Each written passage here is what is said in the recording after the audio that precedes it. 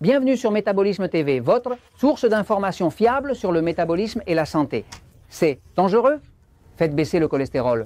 Je suis Frank Suarez, spécialiste de l'obésité et du métabolisme, et aujourd'hui je veux vous parler d'un sujet qui a déjà été découvert, que ce qu'on nous a dit pendant 40 ans était faux, c'est-à-dire cela fait 40 ans, 4 décennies, on nous a promu l'idée qu'il faut faire baisser le cholestérol, qu'il faut baisser le cholestérol, on va introduire des statines, on va introduire des médicaments, évite le cholestérol, ne mange pas d'œufs, évite les graisses, évite tout cholestérol. Le cholestérol va te tuer. Et maintenant, il s'avère qu'ils ont découvert que c'est exactement le contraire de ce qu'on nous a annoncé.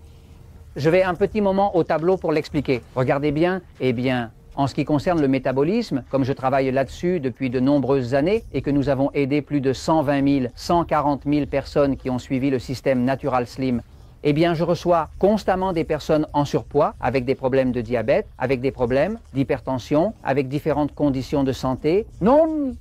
Et nous avons constaté qu'inévitablement, lorsque quelqu'un applique ce qui est expliqué dans le livre « Le pouvoir du métabolisme », ou ce qui est expliqué dans le livre « Diabète sans problème » et dans un mode de vie sain, en buvant de l'eau et en mangeant de tout, sans éviter les graisses saturées ni rien de tout ça, la personne voit automatiquement son cholestérol baisser. Ça baisse tout naturellement, mais cela fait aussi baisser la pression, les triglycérides, ça améliore la qualité du sommeil, ça redonne la puissance sexuelle.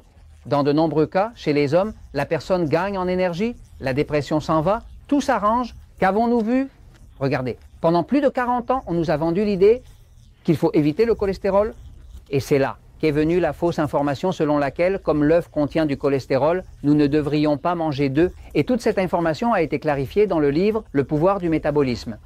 Mais le nouveau guide nutritionnel, qui a été publié aux États-Unis pour les Américains, s'appelle « Les guides nutritionnels de 2015 à 2020 ».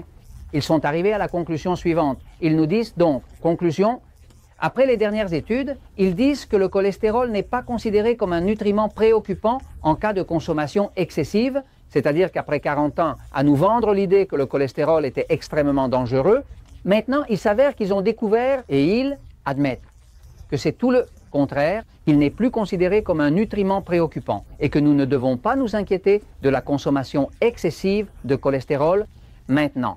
Cela vient du fait que plusieurs études ont été publiées et je vous invite à les consulter. Par exemple, il y a une étude qui dit un faible taux de cholestérol est associé à la mortalité due aux maladies cardiovasculaires. C'est-à-dire, cette étude, ce qu'il a démontré, c'est que les personnes ayant un faible taux de cholestérol sont associées à une mortalité plus élevée, plus de décès dus à des problèmes cardiovasculaires. Ceux qui ont un faible taux de cholestérol.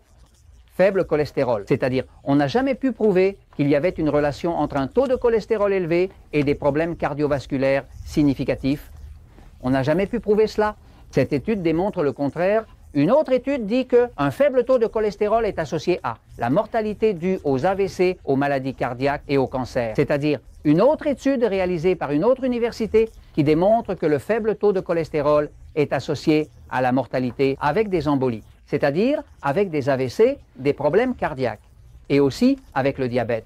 Alors, une dernière étude qui dit que des niveaux de cholestérol bas sont associés à une mortalité accrue, c'est-à-dire qu'enfin une autre étude confirme que d'avoir un faible taux de cholestérol est dangereux car cela est associé à une mortalité plus élevée, avec une plus grande probabilité de mourir, c'est-à-dire qu'il a été observé que les personnes ayant un taux de cholestérol très bas, eh bien, dans leur laboratoire, elles semblent plus saines, mais ils vivent moins longtemps, tombent plus souvent malades, meurent plus souvent de maladies cardiaques et ont plus de cancers. Et c'était le contraire de ce qu'on nous disait, annonçant et promouvant pendant tant d'années.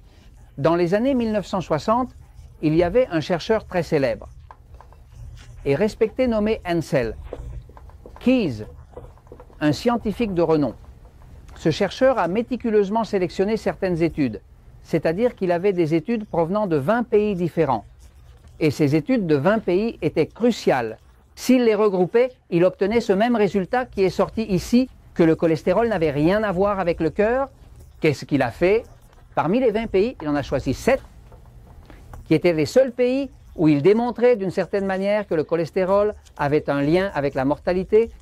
Donc, ce qu'il a fait, c'est qu'il a altéré les données. Et au lieu de publier celles des 20 pays, il a choisi, en résumé, il a choisi ces 7 pays où il pouvait démontrer son idée que le cholestérol était nuisible Et c'est ce qui a changé toutes les recommandations du gouvernement américain pendant 40 ans.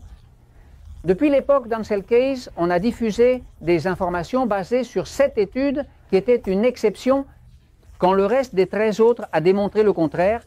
Les études montrent que réduire le cholestérol n'aide pas la santé, voire l'aggrave. Certains chercheurs veulent prouver qu'ils ont raison, pas la vérité. Mais là, vous voyez quand un chercheur veut à tout prix, au lieu de chercher la vérité, il veut prouver qu'il a raison.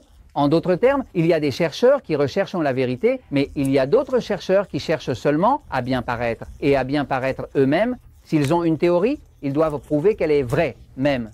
S'ils mentent pour le faire, alors ne vous inquiétez pas du sujet. Du cholestérol, si vous voulez savoir, évitez d'utiliser des statines, les médicaments prescrits pour le cholestérol, car les statines causent le diabète. Elles causent des crises cardiaques parce qu'elles endommagent le muscle, elles sont liées au sujet de l'Alzheimer. Donc, plus vous évitez les statines, mieux vous vous porterez.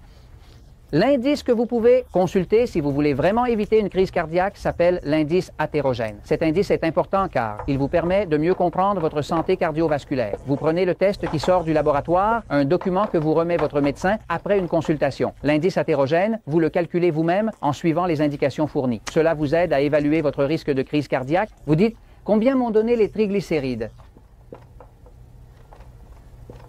Les triglycérides, s'il a été prouvé qu'ils sont dangereux, le cholestérol ne l'est pas, mais les triglycérides élevés, eux, sont dangereux, cela est prouvé. Divisez les triglycérides par le bon cholestérol, qui est le HDL, et le chiffre que vous obtenez, il vous dit combien de risques vous avez d'avoir une crise cardiaque. Vous avez cet indice, c'est vrai, vous pouvez le vérifier car c'est scientifiquement prouvé.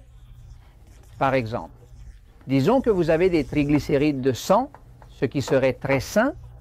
Ce sont les bons triglycérides de 100 ou moins. Si votre cholestérol est à 40,